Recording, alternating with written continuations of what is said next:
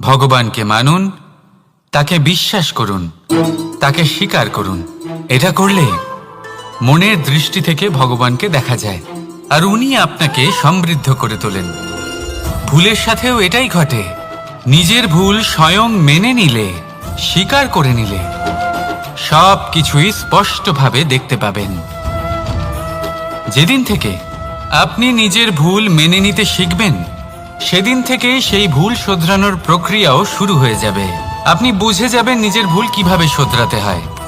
তাই মনে রাখবেন, নিজেকে শ্রেষ্ঠ করে তোলার জন্য নিজের ভুল স্বীকার করা অত্যন্ত প্রয়োজনীয়। এই জীবনে শান্তি আনার জন্য ঈশ্বরকে মেনে নেওয়াও অত্যন্ত প্রয়োজনীয়।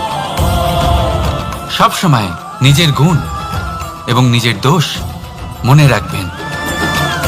আজীবন সুখী থাকবেন। রাধা রাধা।